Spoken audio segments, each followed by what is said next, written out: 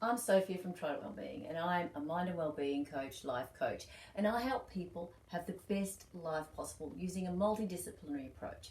And as I begin my next series focusing on emotional abuse, please keep in mind those that it could help, subscribe and share or press the bell to know when the next video is uploaded.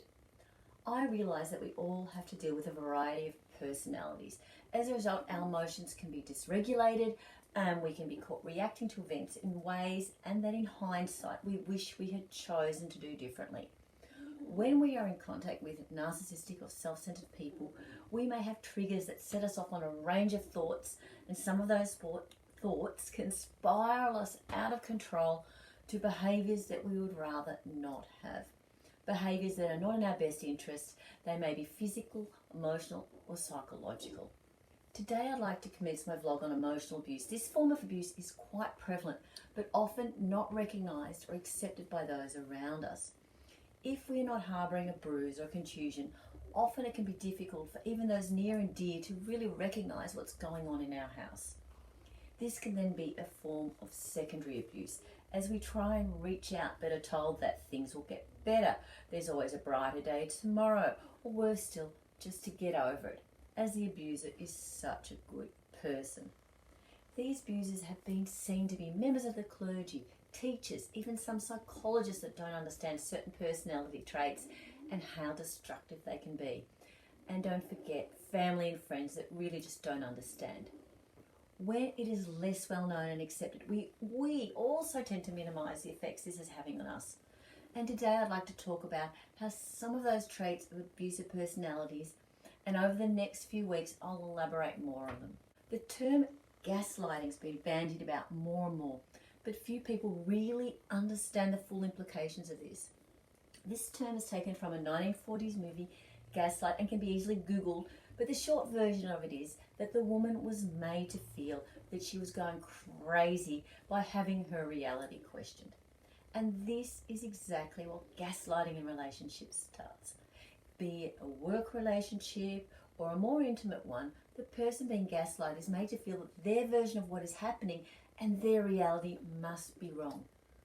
Each of us has opinions, feelings and presumptions about things.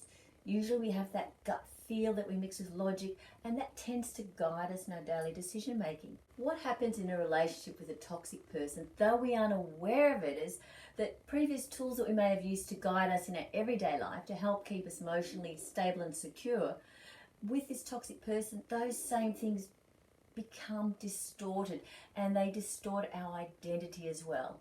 As a result, we experience cognitive dissonance, and this is a type of confusion where what we feel doesn't add up with what we're being told, and sometimes even with what we are seeing. For example, you may have had a long-term relationship and your partner is working really long hours, and those around you are saying that what on earth is your partner doing working so far away for so long, or why are they getting home so late? Now, you know that they have a demanding job, but they still used to be able to come home at a reasonable hour. However, when you question them, you're told that work is just so busy, so demanding, and that you wouldn't be able to have that lifestyle that you have now if they didn't work so much. This feeds into our logic. Yet, when they're booking another trip overseas or a conference away or working back late again on a Friday night or getting home at 1 a.m, you feel something isn't right in your gut. And this is what feeds into our cognitive dissonance. Maybe you caught them in a bald-faced lie, even a small one, and there seems no apparent reason for them to lie. When you question it, they say that you must have heard them wrongly, and this may even go further into like personal criticisms of like you're overprotective, jealous, unreasonable, and my all-time favourite is that you're just oversensitive. Because there seems no real reason for them to lie to you to begin, you begin to question yourself. Maybe you heard it wrongly. Maybe you're reading too much into it. Maybe you had a rough childhood and you're projecting your own inner fears. Perhaps you then get upset or angry or express your concerns. The partner will possibly then do something nice, like help around the house, take you out to dinner, say something complimentary, and this confirms that it must all have been in your head. Obviously, a loving person wouldn't be doing things that make you feel suspicious neglected, or less than. After all, we all have insecurities, don't you? But can you see what just happened? Your head and your gut didn't agree. And since there's no substantial proof, you question yourself rather than that feeling.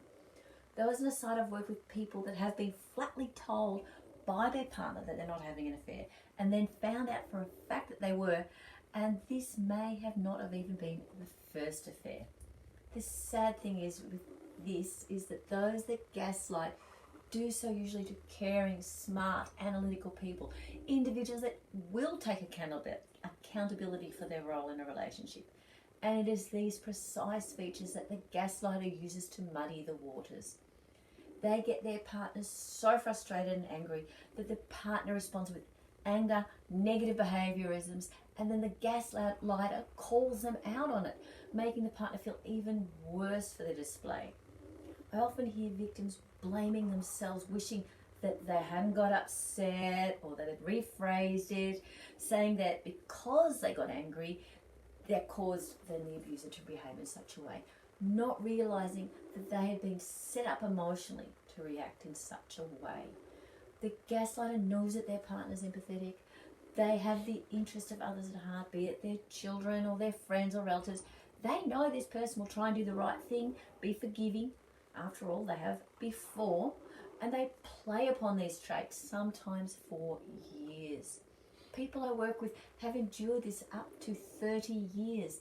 One lady would be so overwhelmed she would yell back in sheer frustration. So when her husband called her out on it, she knew she was at fault and she was asking him for forgiveness. The pathological loneliness, the late nights, put downs, all forgotten for the time being. She was just glad to have him back and accept her apology. These are just a few ways that gaslighting can occur. The bottom line is if you're feeling confused, the answers to your questions don't seem quite right, your gut is in knots, then you are probably being gaslit. At the minimum, your partner is not respecting your needs for more information, companionship, respect, and open communication. These core values alone are a guide to help you determine how well your needs are being met and if you seek help as a couple or individually. Abusive people like this, though, seldom recognise that they could be at fault or contributing to the demise of your mental health. Their narcissistic lack of empathy will shine through, and now you notice this, you'll be able to take back control of how you feel and then how you respond. If you're unsure how to progress, see below in my course for my emotional abuse course. The link is in the description. And you'll realise how detrimental such relationships are, not only to your mental and emotional well-being, but also to your physical health. Until next time, I'm sending you much love. Please subscribe and share, as you never know when this could help someone you care about.